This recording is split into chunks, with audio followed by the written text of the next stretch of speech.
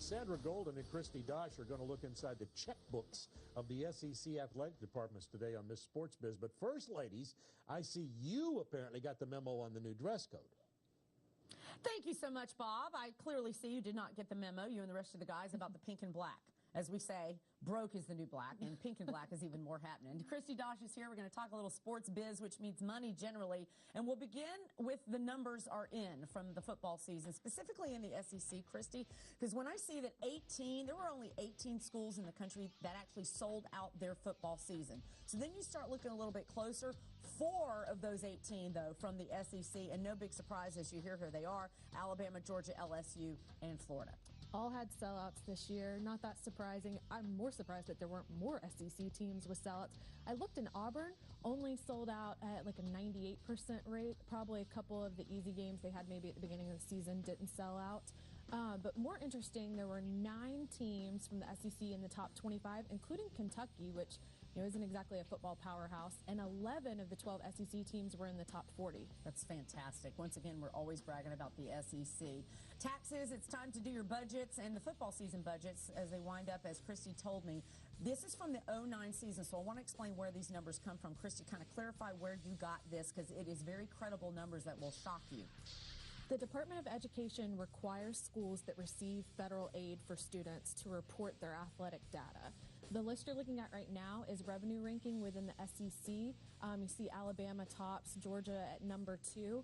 One of the more interesting things I found, though, is when you take a look at the expenses for the SEC teams. Okay. While Georgia was number 2 in revenue, they're down to number 7 for spending, and that's why they are the number 1 in profits for the SEC. And as a matter of fact, they're number 2 in the entire country in terms of profits. That's right. Texas number 1 in terms of football profits. So that to me is quite remarkable that Georgia is able to do that when you take a look at the numbers. So again, overall, just in football, Georgia in the SEC. Number That's 1 amazing. in profits. And really, if you want to take a look, Georgia fans, Alabama spends about $31 million a year on football. Georgia's only spending 18. That's the difference. That is the difference. And when you take a look at overall athletic departments and the numbers, now this is overall in the SEC, the numbers are monumental. Alabama is first at $44 million. The next closest SEC school is the University of Georgia, but they're down to $11.7 million.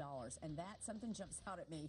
That's too big a margin. What is the big difference? Huge gap in profits. And just to further put it in perspective, Texas, who we said was number 1 in profits for their football program, they bring in about $29 million in profits for the whole athletic department.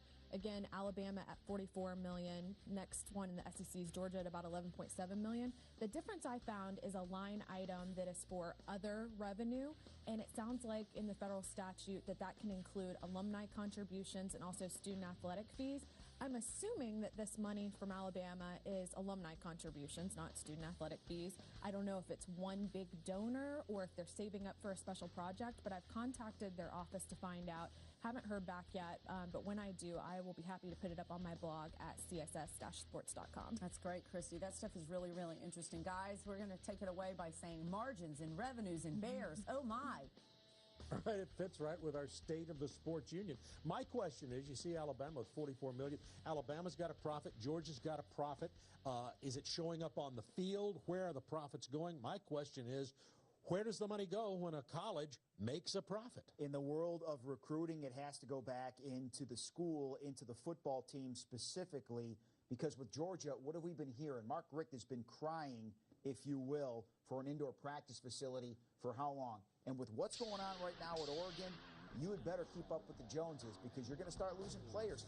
Today's athlete, that's the type of thing, Rack, they look at. Yeah, listen, I know we're in the Southeast and everything, but I just cannot understand how a program of the magnitude of the University of Georgia cannot have an indoor facility. Let me tell you this. I played at the University of Minnesota from 1995 to 1999. Now, granted, it's up in the Midwest where it snows, but we had enough money for a full indoor, covered, temperature-controlled field. How Georgia doesn't have the money for it, or how they can't find it in their budget, I just don't understand. Well, the next question becomes, all right, you put it back into the program, into recruiting budgets and into facilities. Let's say you're Alabama, for instance, and you've already accomplished everything you can with facilities, and your recruiting budget now is reached its point. To Bob's question, where does the rest of that money go? Because you're talking about programs making sick amount of money. So then what happens to it? Where does it go? Doesn't go to the players. We know that. Well, okay, so we know that. By the way, the University of Georgia is opening an indoor practice facility.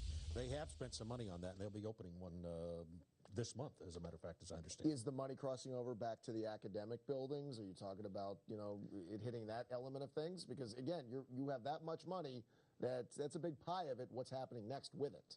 I can't answer that I question. need answers. Do you have any of this?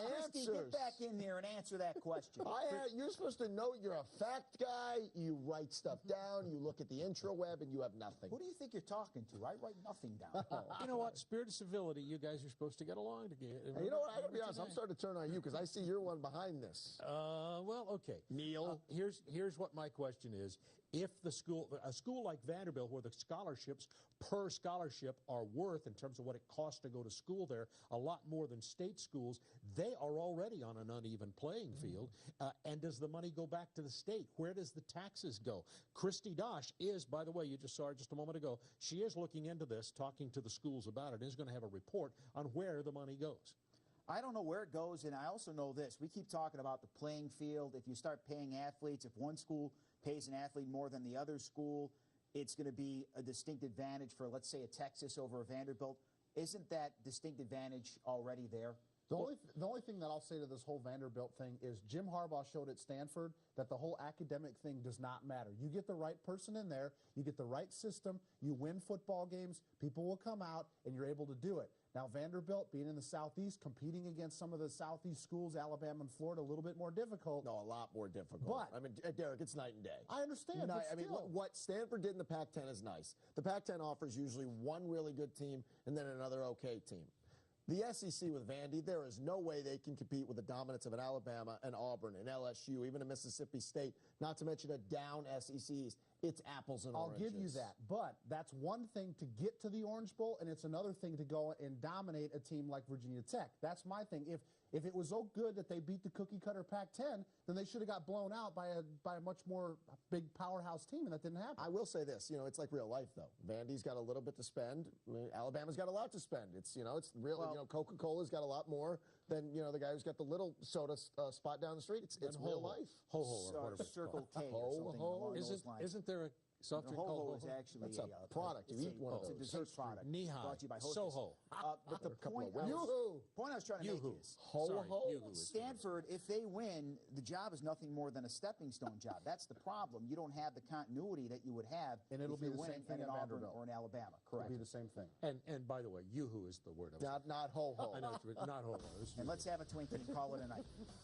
State of the Union, State of the Sports Union. It's all the show's about. We're just having a great time, and I know you are too, so I know you'll come back. Ho-ho. Yep.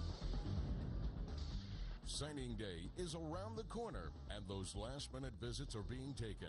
What can your school do to win over the top prospects? We've got you covered on Sports Night.